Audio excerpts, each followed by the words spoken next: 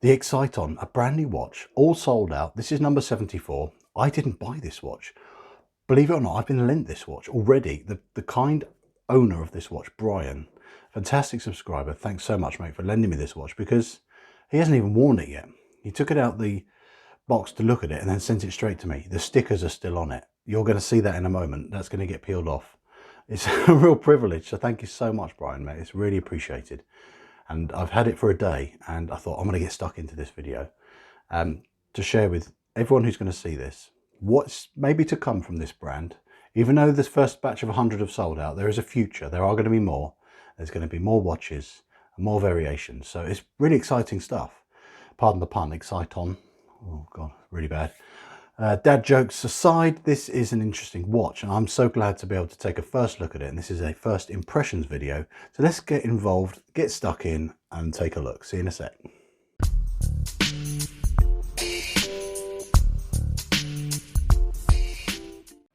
So here it is. Inside this box is the new Exciton watch. It was commissioned as a build of a limited run of 100 watches at the same factory where Cronos watches are made.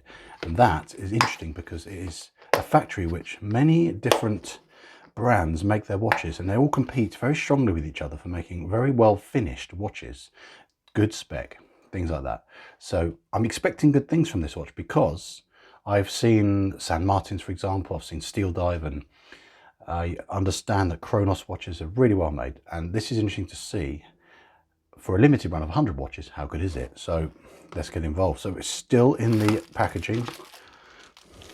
Like I said, Brian has literally just quickly had a glance and put it straight in the post. And we've got a nice bit of wrapping around here. So let's get this plastic off and take a closer look. So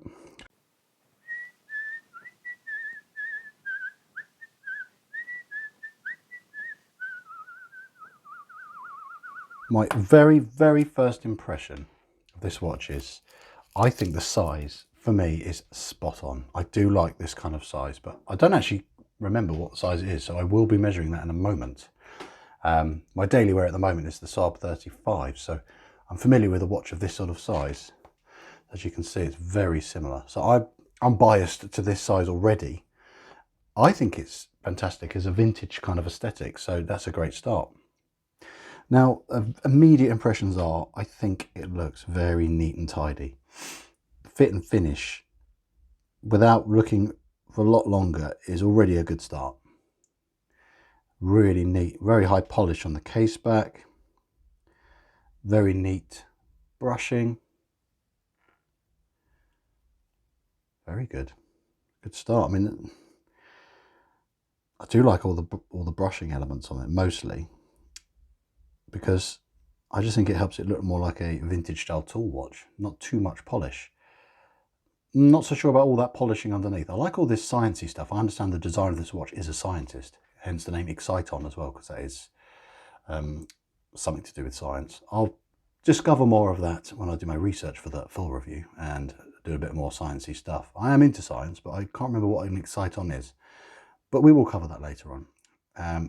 Yeah, it's really cool. It's just, I suppose it's a tribute to the developer of this watch, the designer, to put some sciencey things on the back. It's appropriate. Sorry for the use of the word sciencey. That is not a word. Terrible use of the English language. But as you can see as well, at the bottom, 74 of 100. Very good.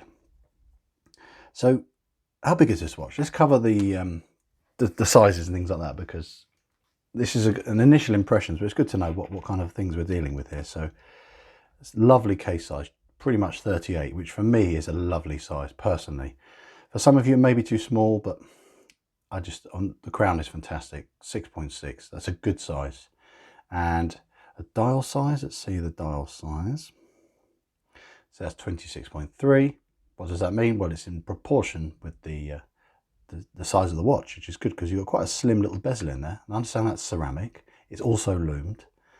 Should we see if this is sapphire? But I'll do that in a moment after I've finished the measurement. Sorry, I got carried away there. Very slim. It's only 10.7. Again, that's a good proportion to the size of the watch. Don't want it to be too chunky. The lug width is 20, which is great for easy strap changes. And we've got the lug to lug, so the length of the watch. That is only 43.7. Fantastic. Really nice proportions. And talking of proportions, just check out these hands. It's another thing that can easily go awry when when you make a watch, is the hands can be all just funny lengths, just not right. You know, they're not designed for the watch specifically. But the hands work in relation to the dial size. When you look at that minute hand, it comes right out to the indices there, the very tip comes right to the end of that index. That's good. And then the hour hand, let's see what that lines up with.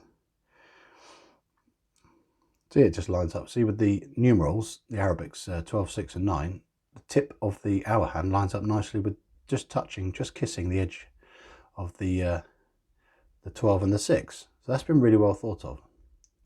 Alignment seems great. Really good. Screwing crown is really neat, really easy. Let's do that again. Goes in really easily. Very smooth. So unscrew it again and check the date adjust. It's got NH35 from what I understand in here. Nice easy date complication change. Very good. Very smooth. Then we pull it out. The time again is very smooth action on the crown. So should we check this is sapphire or not? Pretty sure it's going to be, but it's just fun to use a gadget, isn't it?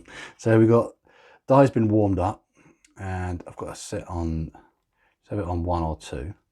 Then you hold it so your fingers touching that side as well. You have to have it like that, as you can see. Positive reading. That's good. Nice rubber strap, the waffle. I sell these on my store actually, I thought it'd be a good opportunity to drop a bit of plug of a business going on here.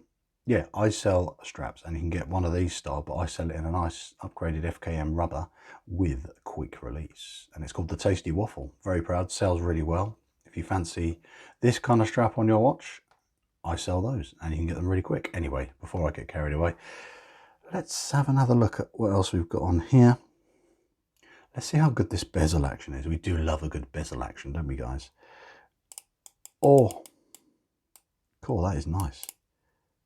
Got absolutely no rock or play. I mean, so there's no bounce or a rock or anything going on that way. There's no back play. I'll get this close up to the microphone.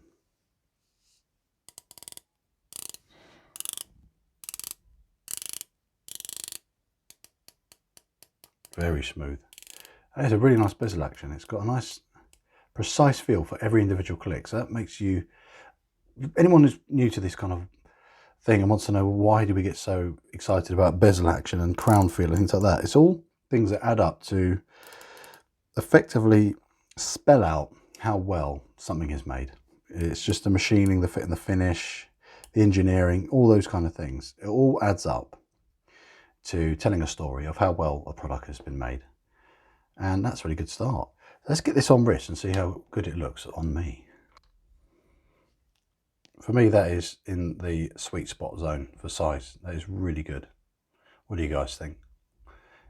A watch with this proportion on a big wrist may look a little bit lost, but it's got a nice little bit of chunkiness to its design, which I think is going to help it work. But that's really comfortable. Let's see how much this weighs.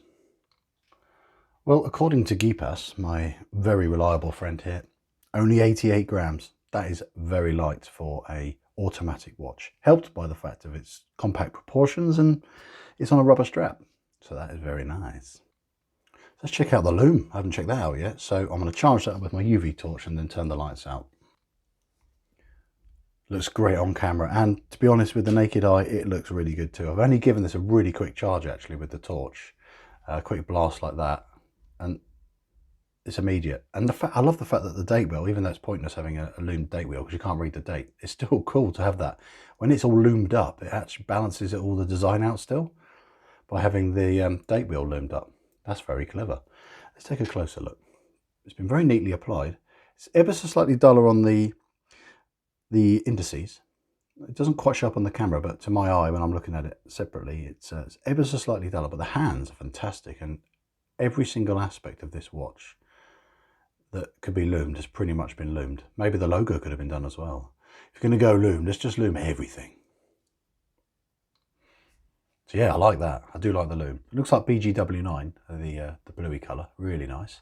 So first impressions, fantastic. Ceramic bezel insert with a brushed finish to it. Just not all super glossy. It's got a real toolish look to it. I love this lovely textured dial. Not so sure about the purple Exciton. It doesn't really read very well, and the name is a bit dodgy to me. I think it sounds a little bit unusual, but I understand and respect its origins, so you know, I can cut it a bit of slack that way. JF logo is nice. I think it's smart. I think it could be a touch smaller, maybe 20% smaller. Have a play around with that, but I do like the loomed dates around. That's really interesting.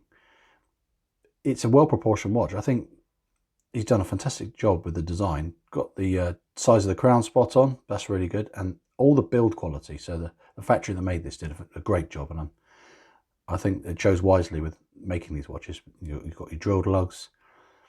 It wears so well. It's ergonomic. It's aesthetically pleasing. It's functional. It's got a good spec. It's a good start, guys. This bit underneath, I would have brushed. Polished is just a nightmare, to be honest. Against your wrist, that'll scratch up badly, and then it would hide and damage and deface the ability to read these cool bits underneath, which I know it's a novelty, but I think go full brushed. Maybe keep the the polished aspects on the crown. That's quite clever.